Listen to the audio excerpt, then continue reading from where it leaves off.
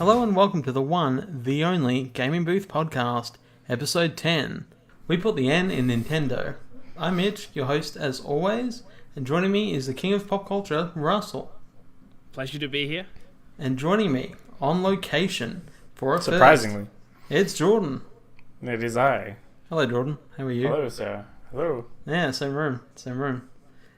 So, on this podcast, each and every week, we take a journey to a place where anything can and will happen. However, this week we're visiting Earth 1220, a world where legal battles are resolved through battle royale rather than a courtroom. Class action lawsuits are an absolute bloodbath, and chicken dinners are always a reward. So, of course. So to get our chicken dinner this week, we have to survive a battle royale, because we're being sued for messing with the multiverse. You know, they have lawyers, so to help us survive, I found a single weapon that can be any weapon of your choice or any ally from any game ever. So you each have to pick which one, and basically whoever picks whichever they want first gets it. So, you know, because there can only be one winner. Can only be one of you. Or neither. So it's an object or person. So it's an object or person, like a weapon or some kind of helper. From anything. From any video game. Oh, a video game, okay. Because we're a video game podcast. I assumed as much, but I wasn't sure how much you were limiting it. It's first come, first serve. If you want a gun, you want I kind of use a weapon right now. What weapon do you want to use? It's called a box. You want to use a box? To hide. Okay. To the end of the match. It's a smart tactic. Okay, he's going for a box. Russell, who do you want to help you in your survival? Well, as useful as an object is, it's only as good as the person using it, and I'm basically useless, so I think it's better to take a Absolutely. person. And what better person to take than my boy here, Kratos, who is quite literally a god of war, who would dominate any battle royale he'd put against. So I'm bringing Kratos.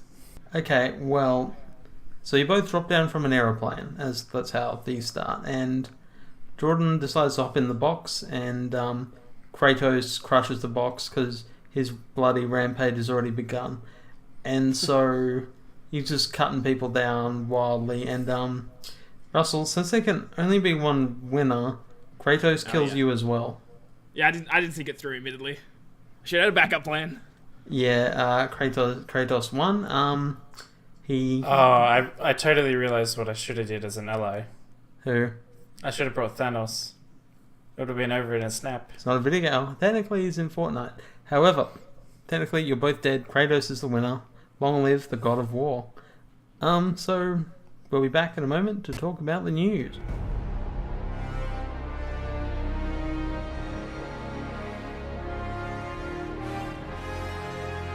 Welcome back to the Gaming Booth Podcast. We've got a few bits of news this week. I want to start with a sad tale of an MMO that has fallen on its own sword, because Wildstar has been shut down and Carbine Studios has also gone with them. So, phew! For a moment, I thought you were going to say Elder Scrolls Online was shut down. My life would be over. Instead in the multiverse, you know, you sorted that one. But I don't know. It's interesting that this MMO to me lasted as long as it did, because, you know, MMOs at this time, like, for one, as a subscription MMO, in an age where you've got World of Warcraft, which has killed everyone that tried. It was an interesting MMO that tried different things, but do we think that trying to be pay to play in this kind of environment is the main reason it's dead?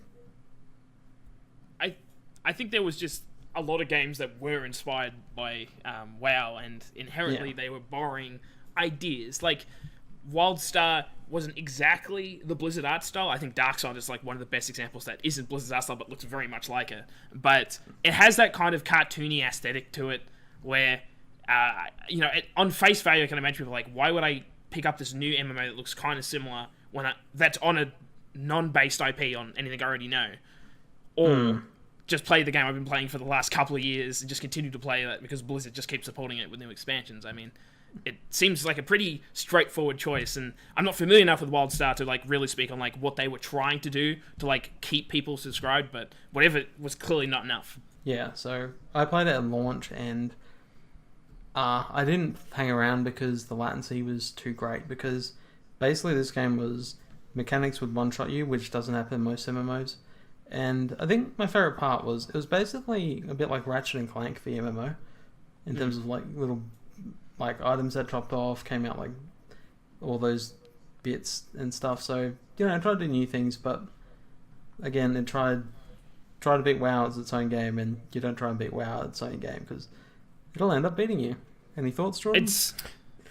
Well, a good example is when Elder Scrolls Online first came out, it was subscription based, but within a year they instantly got rid of it and made it free to play, which basically saved the MMO.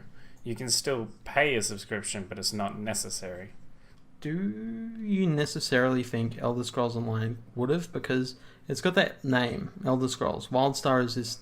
You've never heard of Wildstar before, but if you play video games, I bet you've heard of the Elder Scrolls. Well, I do know that if it was still subscription-based, it would have been severely affected by now. By making it free to play, it gives it more options for people, more opportunity for people to play it. It's certainly, like, with the exception of, like, literally WoW, which is, at this point, people are just too committed to that franchise to give it up. I think it's a very difficult marketplace to be in a paid subscription model. I believe Final Fantasy 14 is. Final Fantasy 14 is. It's like WoW. I think that can do that because of the IP and because it's got that previous MMO as well. I think the IP once again is so strong and such a dedicated fan base, like what it is. It's not like one of those. Like I feel like Fortnite and those kind of ones have their fan base, but I feel like they're probably a fleeting fan base. Once the next best thing comes on, Fortnite, a lot of people will jump ship. I feel like Final Fantasy is very much like people are committed to that franchise to an extreme extent of what they love about that series. The next game will be Midnight. They're bringing it forward. What's sad about it is like a gaming shutdown though is just like for the people who were fans of that series, you know, like that game that they paid for, you know, they were experiencing is gone forever. There's no reimbursement or any of that kind of thing, and there's no way of storing it. Like, in 10 years' time, will people even know what Wildstar is? Like, it's just gone. You cannot play it anymore. It's just a sad thing. It goes the way of all those MMOs that have fallen, like Warhammer Online, like Age of Reckoning. Like, you can't play that now unless private servers come around and support Wildstar, which, you know, might be the case. But for the most part, when an MMO dies, there's no coming back. But speaking of something else that died a very public demise was Kingdoms of Amalur and their studio who made them. Can't recall what it's called. Can you, Russell? No. 38 something. Yeah. Point is, it's now been the rights for that game have been bought by THQ Nordic, and it's just another one of those THQ Nordic acquisitions because, in terms of what they are, like they're the ones who acquired THQ. Basically, a lot of their developers and Darksiders. What do we think they're going to acquire next? Because they've got Time Splitters, now they've got this. It's like, it seems like they're getting all the niche IP that no one wants. I'm trying to think, like, what games have, like, that weird niche association that's up for grabs. I'm thinking, like, is Blinks the Time Sweeper? Like, is that something they could obtain? Just this obscure, like, game, like, I have no idea who owns the rights to that franchise. I think was it more than one? I think there might have been. It was published by Microsoft, but it doesn't mean it was owned by Microsoft. Yeah. What about Conker's Bad Fur Day? That's rare. Well, that's rare. So that rare. that Microsoft owns that and won't give that up. Yeah. No way. Yeah, there's no way they'll give that up. I don't know. There's like, what's happened with Turok? Does anyone really have a strong hold to that one? They tried to reboot it and it didn't go anywhere. Well, someone's building remakes. I'm just wondering who has the rights to that one. I think like Square Enix owns Soul Reaver of Legacy of Kain series, and they've done nothing with it. Absolutely so it's nothing. I almost wish they would sell it off like they did with Hitman, so someone else could get them. So like hypothetical Legacy of Kain sold off so THQ Nordic can grab it. So I guess, do you wish more publishers were like THQ Nordic, who they have all these old IPs and they just keep making them? They're like, we bought it, we're going to use it. Because most of them have these IPs like, as you just said, Legacy of Kain and all that. It's just like, they're doing nothing with it. They're basically hoarding it in their basement. I mean, I secretly hope that like Square Enix is like cooking up like some crazy game, but I don't believe it. I don't think that series is strong enough. That's why I'm like, nothing's come out yet. You've done nothing with it. It's like, it's just disappointing, and I just wish someone would do something with it. But yeah, THQ Nordic, Kingdoms of Amalur, probably going to get a remaster with a shitty pun. I mean, the game itself was like, it was that. I remember the story being kind of generic-y, like fantasy type stuff, but the gameplay was the real interesting aspect. Like, as opposed to like Mass Effect and Jade Empire, and those other like BioWare ones, that the combat was never really the focus. Kingdoms of Amalur was like the entire flip, where it's like the combat was the main like crux of the game, where it's like it's kind of hack and slashy RPG, almost Darksiders like combat, and all the swapping out weapons, that kind of thing. So. I definitely didn't mind it. I think I remember the story not really grabbed me, but the gameplay I remember being quite it reminded me a bit of like Fable, but taken up to 11 with all those weapons and because Fable had like an okay combat system, but it was never like amazing. It was kind of like, oh, this is good. It fits. You get built into the universe, but it's never like, oh, this is like a really solid combat system. It's like, that's fine. It fits the game. But Kingdoms was a bit better than that. Be interesting if we ever got a combination of both, like Fable, who came up with the whimsical world that was like memorable, and that combat, because that would be a really good game. Definitely, yeah, the combination. Yeah, but that's about it for the main news. We'll be back in a moment to talk about the big topic of the episode, Witcher.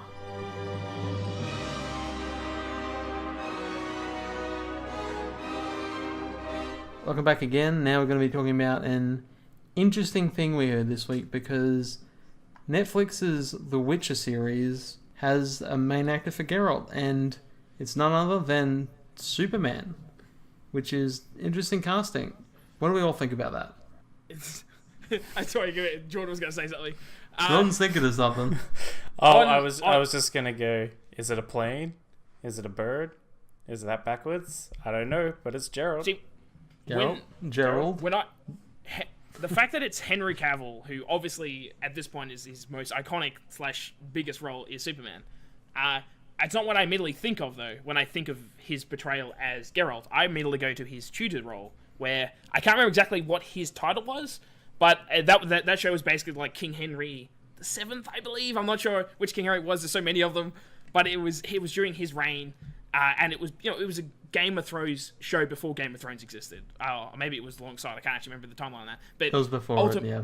Yeah. I can't remember if it crossed over. It probably did. But ultimately, the point was Henry Cavill's character was the entire show run. Like, so many characters got killed off in that show, but he never did. And he was in, I think, every episode. I mean, Superman, he ain't Kryptonite. And I recall him getting older as the series went. So, like, by the end, he's got a beard and he's old age and all this kind of stuff. And it kind of, on a visual sense, I go, yeah, I can see him. I can see him as Geralt. I think since then he's beefed up a lot for Superman. I think he needs to be like trimmed down a bit. I think Geralt's not quite like a super muscle dude. He's muscly, but not like that kind of muscle. No, he's no Superman. He's just a mutant freak, is what the locals would describe him as. But who is he a good choice? Like, would we have preferred someone like Mads Mikkelsen from, Hannibal and Casino Royale, or someone who's similar to Geralt's age? I think Mads could have pulled it off in an acting sense and a visual sense. I think the problem with Mads is he couldn't pull off the action scenes. I don't think he's that kind of actor / his age. I think it's going to be a problem, where Henry Cavill will not have that problem. And because this is Netflix's big Game of Thrones type show, Amazon's got their Lord of the Rings show, so there's all this competing interest at the moment.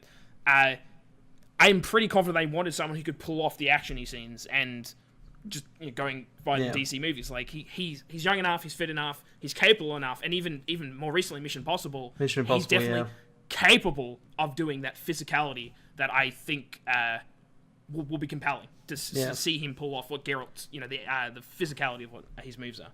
I think the biggest problem for me is going, unless the effects and makeup are really good, I'm just going to see Superman. I'm just going to visually see Superman with a beard. I mean, Geralt is basically the Superman of the Witcher world, so, fits in. I say that, did you see Mission Impossible, Jordan? The most recent one, I have not, yes, but I did notice he was in it. Okay. Yeah, I personally felt that I never felt...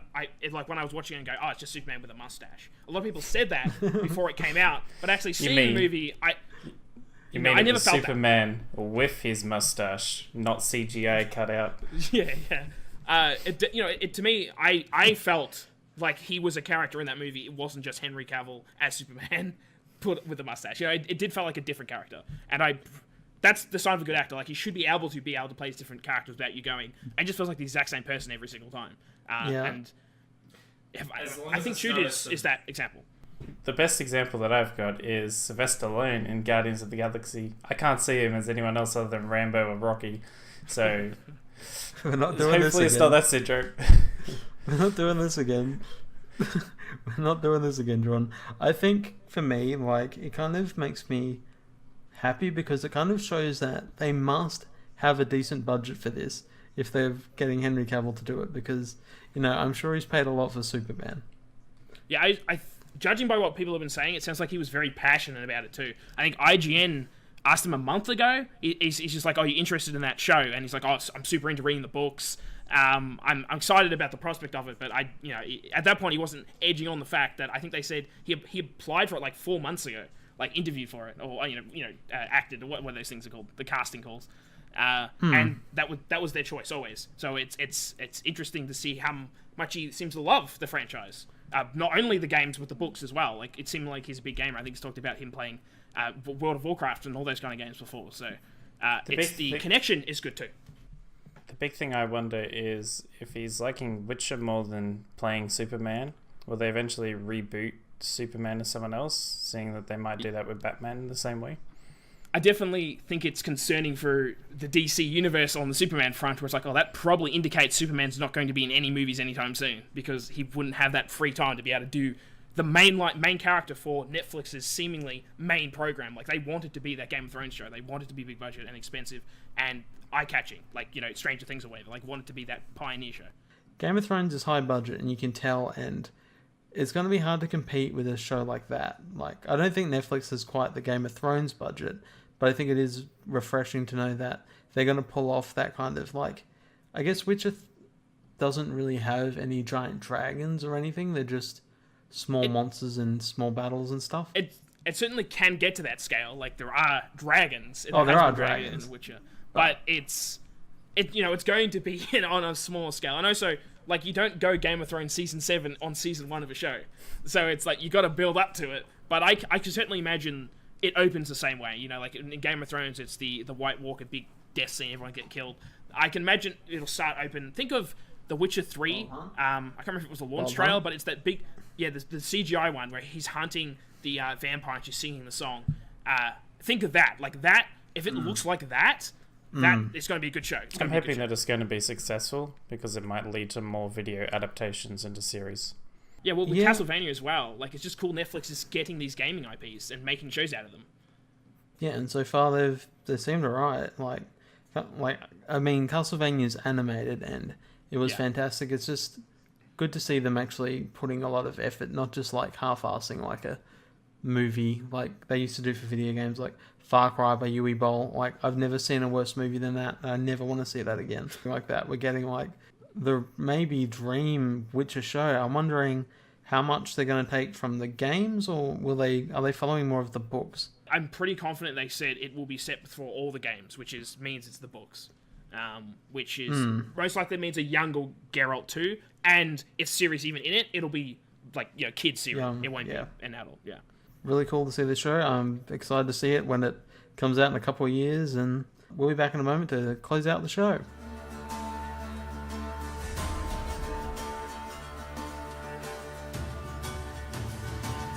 Well, that's it for the Gaming Booth podcast for the 10th episode. If you liked it, you can like and subscribe, as they say on the YouTubes. We're hipping with it. If you're looking for this podcast, you can find it on SoundCloud or any podcasting services. Everywhere. You can... Yeah, so if you liked it, you know where to find it, and we'll see you on the next one. Goodbye.